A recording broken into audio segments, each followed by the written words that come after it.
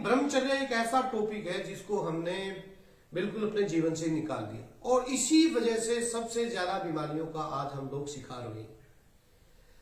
आयुर्वेद में पूर्णतः हर ग्रंथ में, हर संहिता में, चरक संहिता है, सुश्रुत संहिता है, सब में वाग्भट जियों ने हर जगह ये लिखा है कि ब्रह्मचर्या का पालन करेंगे तो आपकी रोग प्रतिरोधक क्षमता अच्छी रहेगी और कोई भी बीमारी आपके पास नहीं फटकेगी।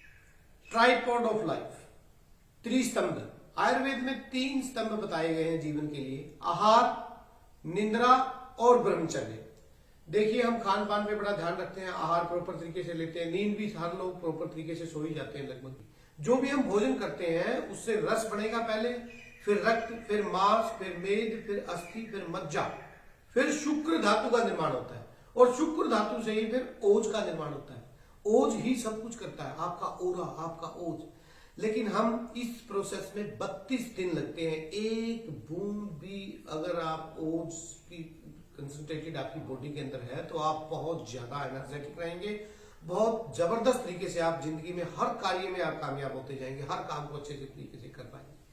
आप थोड़ा सा अगर इतिहास के अंदर जाएंगे, आप भीष्म पितामह जी के बारे में जानते हैं, इच्छा मृत्यु की प्राप्ति थी, उसको ब्रह्मचर्य का पालन करते थे। ब्रह्मचारी व्यक्ति, चाहे आप हमारे आदरणीय प्रधानमंत्री नरेंद्र मोदी जी को ले लें या अन्य किसी भी व्यक्ति को देखेंगे, जो व्यक्ति ब्रह्मचर्य का पालन करेगा वो जीवन में किसी भी फील्ड में मार नहीं खाएगा और बीमारियां उसके आसपास भी नहीं फटकेंगी।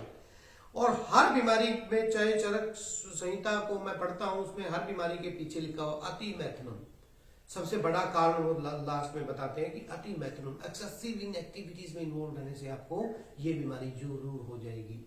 हर बीमारी में उन्होंने लिखा हुआ है कि उसके कारण जब बताते हैं, इसका कारण ये पहले सारे कारण बता के लास्ट में वो लिख देते हैं अति मैथुनम।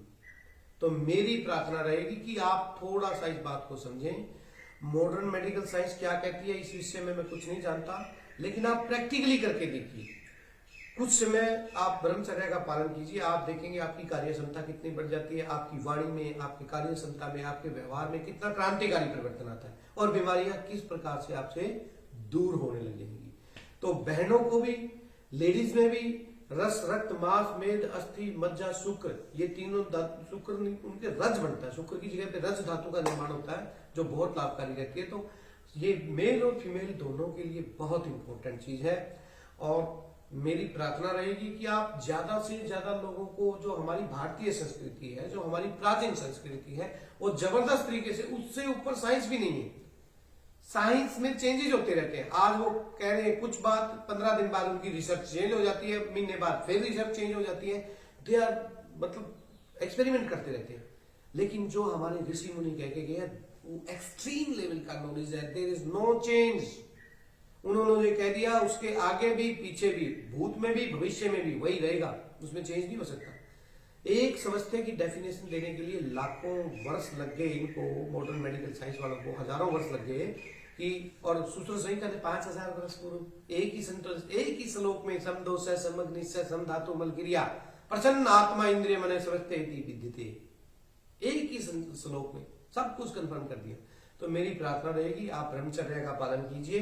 यदि आप ब्रह्मचर्य का पालन करेंगे तो बीमारियों से दूर रहेंगे। लेकिन प्रॉपर तरीके से, यदि आप मैरिड हैं, यदि आप वैवाहिक जीवन जी रहे हैं, तो उसका एक सिस्टम है, सिस्टम के हिसाब से आप चलेंगे तो ज्यादा आपको कोई बीमारी नहीं लगेगी। और विशेष रूप से जो इधर उधर मुंह मारते हैं कुत्तों की तरह, उनकी तो जिंदगी नरक होगी ही होगी। ये मेरे से लिखवा लो। बहुत बहुत धन्यवाद। नमस्ते, राम राम, जय।